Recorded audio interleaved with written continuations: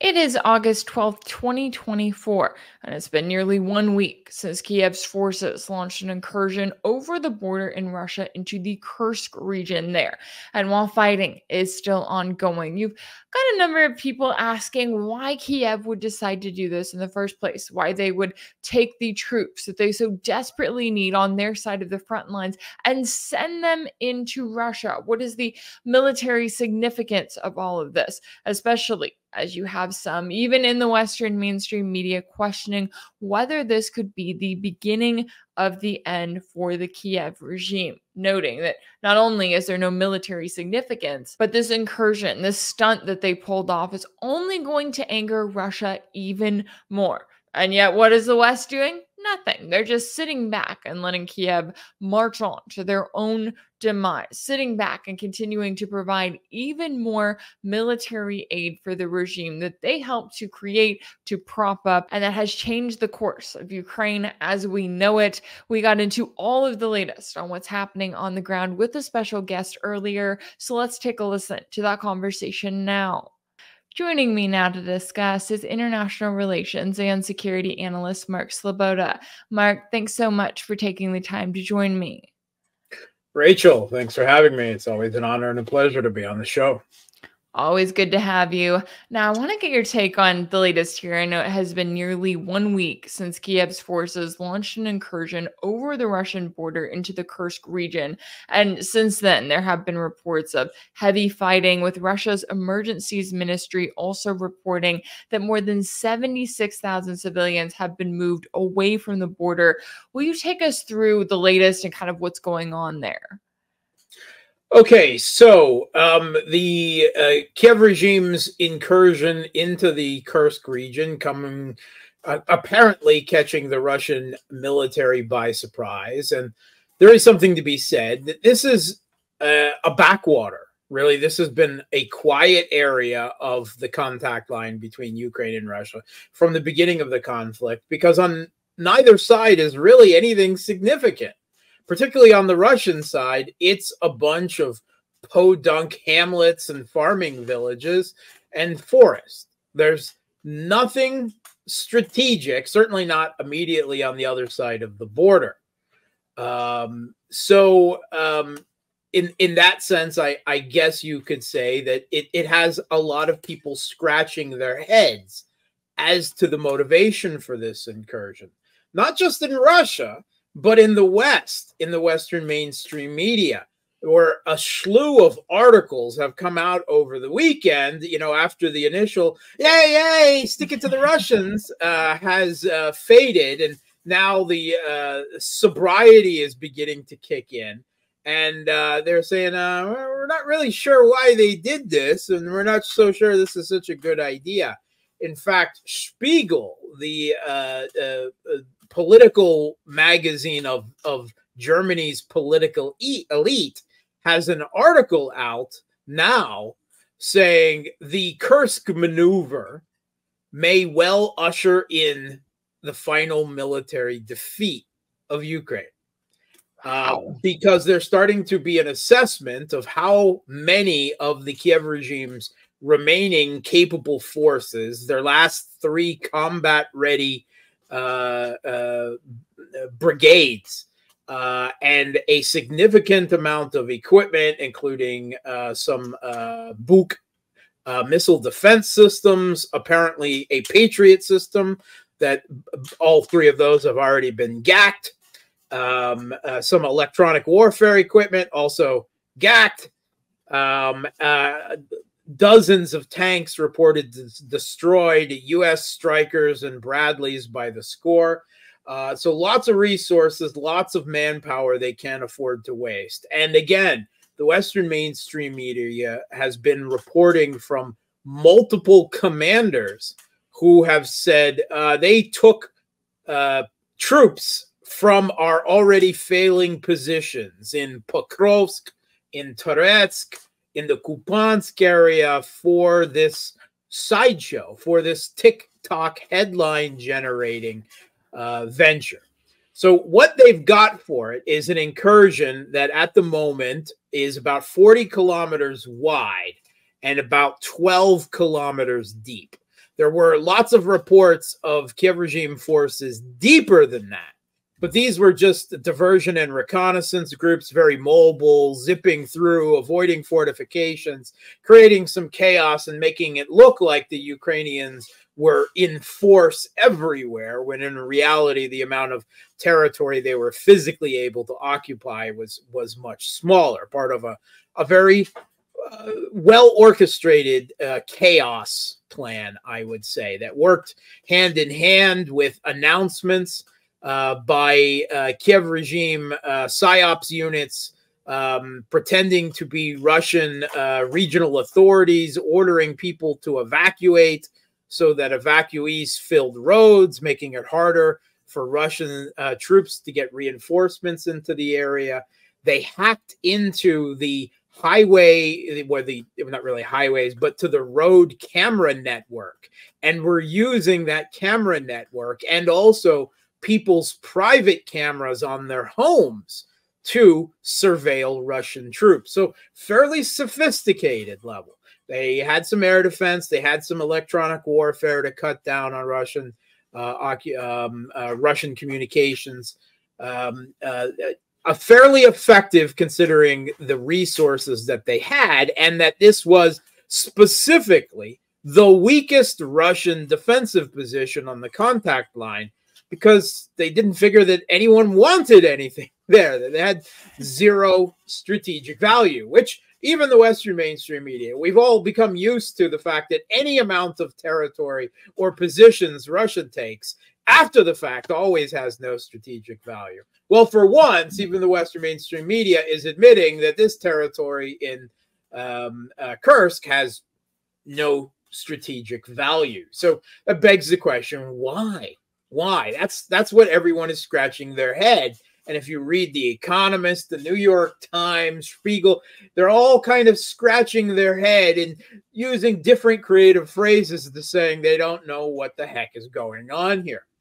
So some say that the idea was to divert Russian forces away from these crucial breakthrough positions in the Donbass, in the Pokrovsk area, cutting into the Kiev regime's supply lines, at the Toretsk, New York agglomeration, which is now just the Toretsk agglomeration, because while all this has been going on, Russian forces have raised the flag over New York, now called Novgorodsk again, this formerly impregnable position, and in the Kupiansk area, where Russia is also making large gains, except that hasn't happened. In fact, the opposite. The Kiev regime removed forces from these areas, from already failing positions, and Russia hasn't had to. In fact, they've increased pressure and tempo in these locations in the last week. Why? Because Russia has a manpower and equipment advantage. They didn't have to strip forces from their frontline troops. They had reserves that were not engaged in any theater to use. And they also, by the way, already had a pretty substantial force in the Sumy area, which many, including myself, thought Russia was going to launch their own offensive into this area. So the Kiev regime isn't backing down. They continue to try to break out. Russia has stabilized the line. The Kiev regime hasn't made any significant gains over the last few days. And the fight back has begun. Russia has already pushed Kiev regime forces out of the village of Martinovka, an important position to the kind of northwest, I believe, of Sudzha. Sudzha is still, it's all of the positions that the Kiev regime has taken are hamlets and villages. We're talking a couple dozen to a couple hundred people, right? Now, there are 28, now 27 of them that they hold, but they're not substantial defensible positions, right? They're small little podunk hamlets and villages. The two towns that they tried to attack, Sudzha and Karenova is, as far as we can tell, completely under Russian control. Sudzha, there's still fighting going on, but they never managed to seize it, and they were stopped there. Now, this two positions might be important because they are both on two different routes that could be used to reach the Kursk nuclear power plant, some 55 kilometers behind the front lines. That may have been, or at least part of the Kiev regime's goals for this, to seize or attack the Kursk nuclear power plant, because Kyrylu, I like the dark Budanov, the sociopath military intelligence chief of the Kiev regime, he's a little weird in the head, and he seems to kind of get physically excited and stimulated by the idea of nuclear catastrophes. That's just why the Kiev regime keeps attacking the Zaporozhye nuclear power plant. They've attacked Kursk long range before, and they may have just been trying to reach it. In fact, the regime, as part of their PSYOPs campaign, put out a deep fake video of the Russian Foreign Ministry spokeswoman, Maria Zakharova, this weekend, where she falsely, or the deep fake, said that Russia would be willing to trade to the Kiev regime back the Zaporozhye nuclear power plant in order for them withdrawing from the Kursk region. Now, that seems to me, of course, you got to wonder why they're doing these things. But that actually maybe that was the goal, maybe to seize the Kursk nuclear power plant and tried to hold it and trade it back for the Zaporozhye nuclear power plant. It's a thought. The motivations may not be mutually exclusive. Certainly, so the attempt to divert forces from the Donbass failed. The attempt to seize the nuclear power plant failed. If they were going to do it, they had to do it in the first couple of days. It didn't work. So to instill fear in the Russian populace, according to Mikhail Podolyak, the Kiev regime's presidential advisor and Goebbels-esque mouthpiece, he says that's the only thing that gets through them. So fear, which is to say political terrorism, right? Explaining the discriminant, not indiscriminate, discriminate attacks on civilians during this operation. If the goal was to decrease Russian popular support for the SMO and to turn them against the government, failed. As all such attempts during this conflict has the exact opposite reaction. The Russian public wants blood now. They want blood for blood. They want this insult aggrieved. Now, the Russian president has come out and said, that's it. No more negotiations. We don't have anything to talk about with a country that stages attacks on nuclear power plants and attacks civilians. So if their goal was that, destabilization, political, they've just settled the Russian government apparently on regime change in Kiev. And the last thing that's brought up, again, not mutually exclusive, is to hold on to territory and use that as some kind of trade in leverage for future undeclared negotiations. Well, those negotiations aren't going to happen now, and they're certainly not going to get any leverage out of them. It may take a few weeks, a month or two, depending on how hard they attempt to dig in and how many resources they continue to throw after bad, but they will be driven from this territory. And it's already been declared that the Russian government will then, as they have done in the Kharkov region, when raids were launched into the Belgorod region to create a cordon sanitaire, a buffer zone in the Sumy region, which incidentally, there is a route through the Sumy region that was used in the initial stages of the conflict. It was one of the vectors that Russian forces down the neck towards Kiev in the Sumy region is not something they want there. So any conceivable goal or a combination of goals that the Kiev regime would have had for this mission have already failed or backfired spectacularly. And if they continue to try to hold on to this as long as they can, just for political reasons, which is what they appear to be doing, and in fact, they've launched new raids in the other areas of the Sumy region on the border and in the neighboring Belgorod region, all of which have failed to penetrate the borders there now that I guess they're being expected. So they appear to be doubling down. But they have to supply these forces in Russian territory. Logistics. How do they do that? They don't have railroad networks. They've got to use backwoods roads, truck convoys to get supplies into a salient. Now, they're surrounded on three sides by Russian forces. Russia is already pounding anything they try to move up through the Sumy region into the salient with drones, with artillery, with fab glide bombs, even with attack helicopters. And there's whole smoking roads of death already. This is not sustainable. These troops need ammunition. They need fuel. They need food, water, all of these things. And they're going to try to dig in to what? Podunk villages? They would have been much better spent and cost more to Russia if they were left in defensive fortifications and hardened positions and still strung out in a bunch of little villages here inside Russian territory, surrounded on all sides in largely indefendable positions.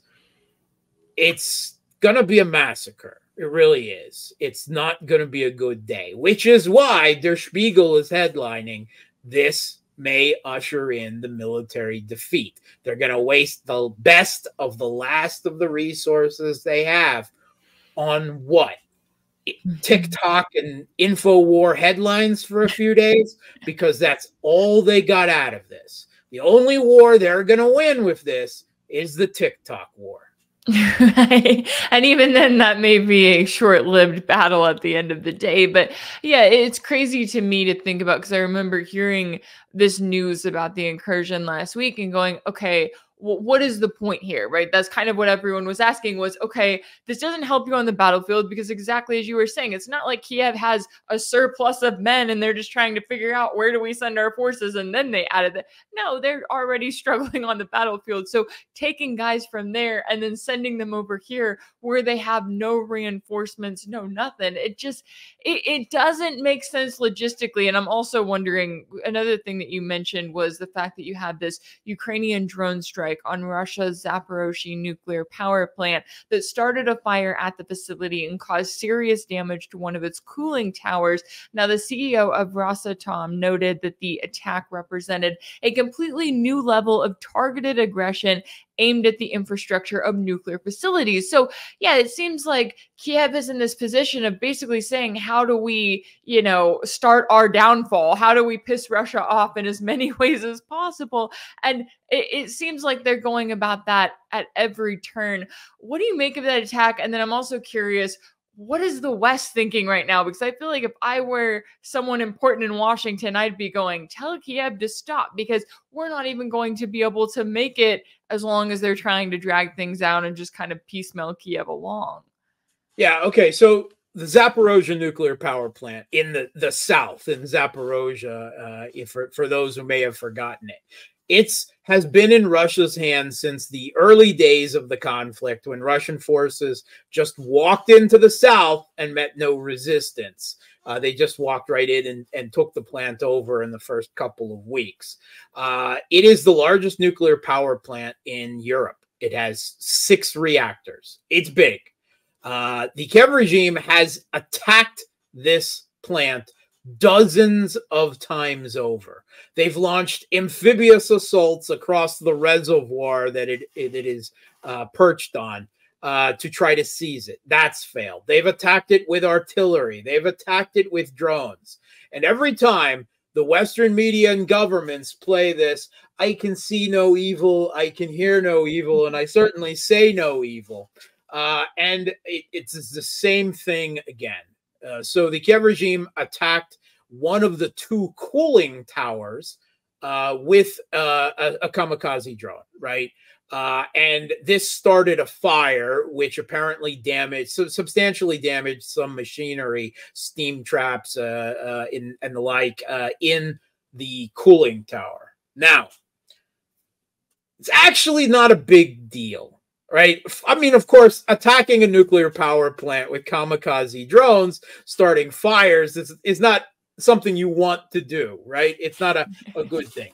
But the 6 nuclear reactors have all been in cold shutdown for more than a year. The cooling requirements for them are very slight. The International Atomic Energy Agency has already reported that at no point during this has nuclear safety been seriously compromised. So, and for those, we talked about it at the time, but the containment domes that are actually around the reactors are so formidable that even the Western mainstream media assess that there's little short of a tac nuke that could penetrate them, and that's even questionable, to be perfectly honest. So, there's no catastrophic nuclear meltdown scenario on the board here. Now, that said, you don't want them attacking a nuclear power plant, right? Any nuclear power plant, not even one in cold shutdown. Now, the Kiev regime's narrative is a bit different. According to Zelensky himself, Russian forces set automobile tires on fire in the middle of the plant, and that's what caused this giant plume of smoke, which is the Putin's nuclear blackmail against Europe. And when will they stop this mad dictator? Blah, blah, blah, right?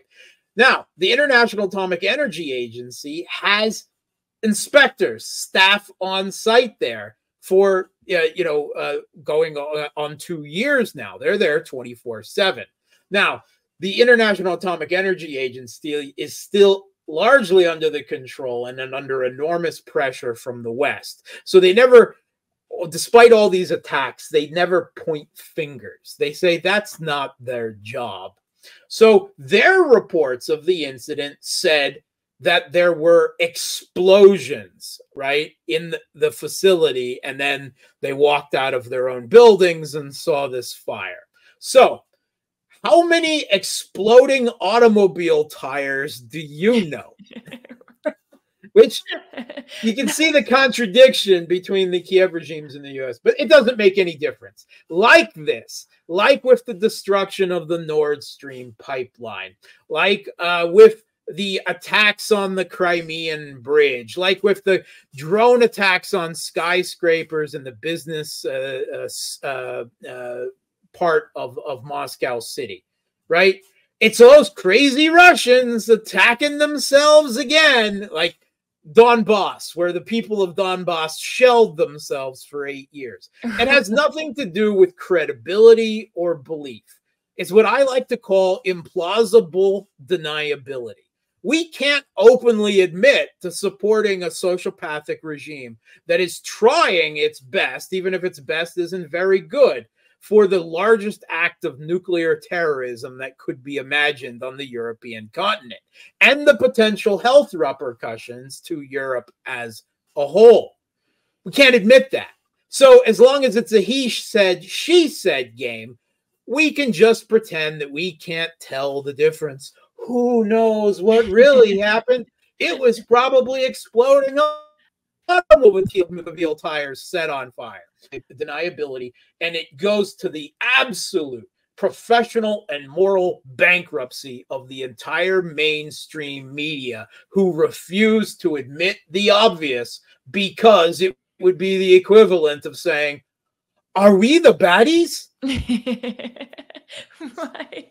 Well, when it comes down to it, you kind of love the Western mainstream media. They're in this little bubble where they're looking around and they're like, no, surely not. Everything's fine here, right? We are on the right side of history every single time. We're just reporting what the US government tells us to do. Now, the last thing I wanted to ask you about was Russian President Putin's comments on all of this. Now, you alluded to it a little bit before, but basically he has accused Kiev of trying to divert divert attention away from the losses that they are facing in the Donbass with this incursion in the Kursk region. And he also said that any peace talks with Ukraine are impossible as long as it conducts strikes on civilian populations and threatens nuclear power plants. And when you look at what Kiev is doing and you look at the fact that this is all backed up by the West right now, how do you think that Russia sees this? And certainly, I guess, what could the response be moving forward? Is Russia likely to continue moving on in kind of the same way that they have, or could that be even at an increased momentum as they're seeing, look, the people that we're dealing with here are not normal if they're willing to carry out all of these attacks, not even to their own benefit, right? This isn't even helping Kiev out in the long term. Think what the rest of the world outside the West, they have been fed these hopes that peace negotiations might begin, that the Kiev regime sent their foreign minister Kuleba to China, that Modi is supposedly supposed to show up in Kiev in the near future and meet Zelensky, right? A road to negotiations. And then the Kiev regime comes along, invades a Russian backwater of no strategic value to the conflict, apparently for the headlines, and stages more attacks on a nuclear power plant, obviously signaling to everyone that negotiations aren't possible, right? How do you negotiate with this? So that is what the conclusion that Putin has reached. And it must be said, earlier in the week, the former president and prime minister and his close friend Medvedev was even much harsher. And basically the assessment of the Russian government is we can't negotiate with these people. We already said we can't, that Zelensky has no legitimacy constitutionally in Ukraine anymore. I don't think the entire regime ever had any legitimacy, personally, since the putsch in 2014.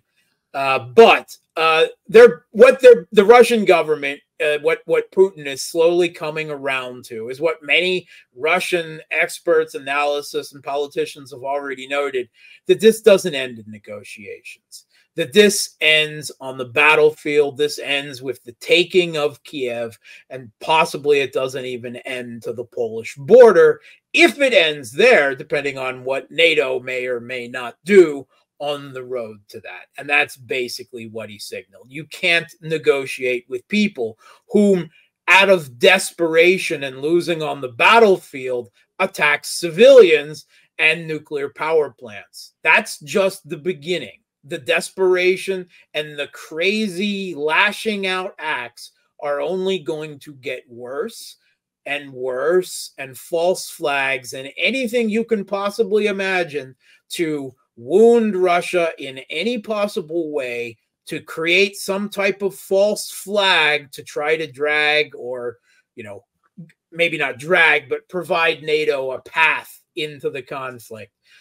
That's all going to increase. So while I don't know if the tempo is going to change, Russia seems pretty confident and satisfied with their strategy of attrition and the low losses that it is actually producing on their side.